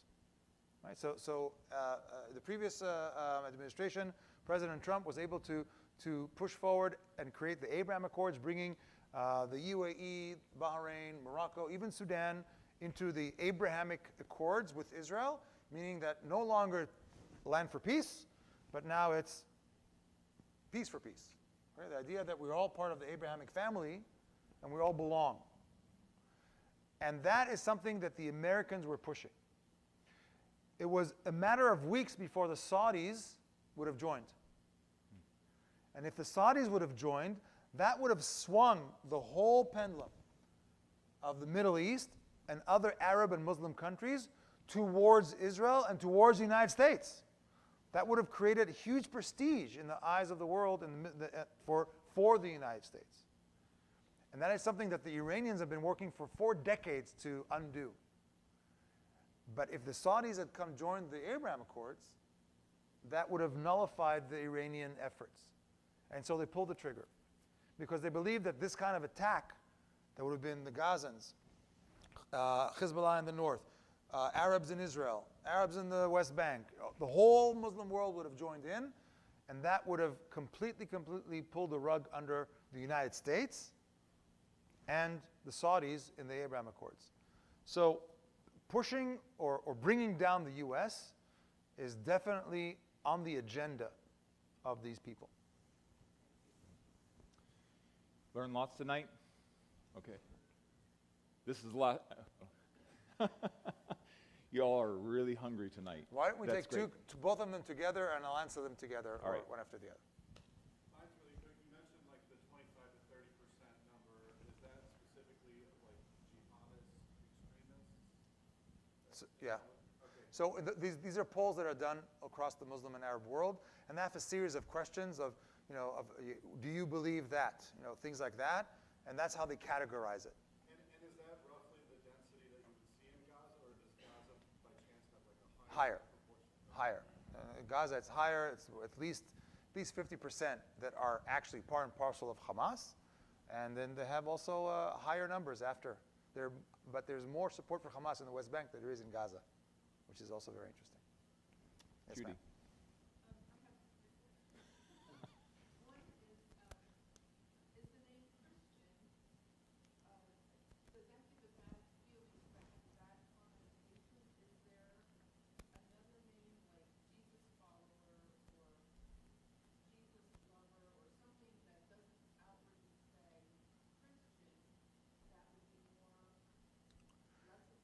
No, because we don't speak English. So in Hebrew, they don't call them Christians. They call you Notzrim, Nazaretheans, from Nazareth. Jesus from Nazareth. So the word in Hebrew is Notzri. Okay, Natsrut. Christianity is Natsrut from the word Nazareth. So the simple answer is no. Another question is, the news outlet, is there anything that's reliable that we can watch? Yes. I recommend in the mainstream media from Israel, Times of Israel. It's a publication in English, online publication. Times of Israel, very reliable, very honest. It even has a 20-minute daily podcast that you can listen to on the way to work, just to get quick updates and hear what's going on. Just one example, this whole ICJ decision just a couple of days ago, which the whole world and the media reported as though the ICJ, the International Court of Justice, called Israel to stop the war in Rafah. So they just very simply broke it down and showed how they all reported wrong on this decision. All right, so Times of Israel is a great resource. Jerusalem Post, also in English, is a very good resource. And I recommend also, if you're on Telegram or X, to look at Abu Ali Express in English. I know, long story. Another resource is a gentleman by the name of Amir Tsarfati. Amir Tsarfati brings great information, but he's also a Messianic Jew. So he also has an angle of prophecy and Christian relevant information that you might find interesting. Perhaps I could get some of those written down Sure, on the list absolutely. a little bit later on and give those on to everyone. Also, All Israel News with Joel Rosenberg. He does All Israel News and All Arab News, and so those are sites that potentially that Yeah. you could look at as well. Did you have one more? One more, yes. Why don't the commentators that are in Congress say something pro-Israel? I'm thinking of Chuck Schumer. I know there are others, but he's the only one that comes to mind. Why doesn't he speak up pro-Israel instead of silence? I think that's a question for Chuck Schumer to answer. I think that in general, he's a politician, as a member of his own party, and there are a lot of internal politics now in the Democratic Party that are governing some of the decision-making regarding this war in Israel.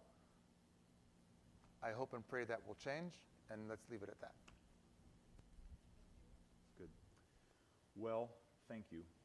Thank for you. taking Thank your you very time. much for, wow, it's almost 8:30. Thank you very much for your patience and time. As you were speaking, and I referenced it, but in you hearing all this death and mayhem, I'm just reminded that there is an enemy. Jesus said in John 10 that the enemy comes only to seek to kill and destroy. But I am come that they might have life, and they might have life more abundantly. And then he says, I'm the good shepherd. But we really are watching our world, a battle between good and evil, and it's being played out in many different arenas, but this is one of the arenas, and we've gotten to learn a lot tonight, so I hope you'll tuck these things in your heart, digest it, and to maybe go back and watch it, but also share it with others. Share it with others so they get to hear. There's things that I learned that I didn't know before tonight, and it was helpful, and so I trust that you will do the same. I'd like to just have us to stand and close with a word of prayer and ask for safety as we go. As you leave tonight, the ushers will be by the door. We're going to take up just an offering for Uri, and so as you leave, the ushers will be by the door. You can also give online and give to Love Offering if you'd like to do it that way. Let's pray. Father, thank you for this night that we've just been able to learn details about what's been going on in our world. Lord, you said that you sit in the heavens and you laugh at the advances of the pagans, of the godless. And Lord, I know that you will bring justice. You've promised that. You will deal. I pray in this time that you would give wisdom to leaders, that we'd be able to see justice in our day.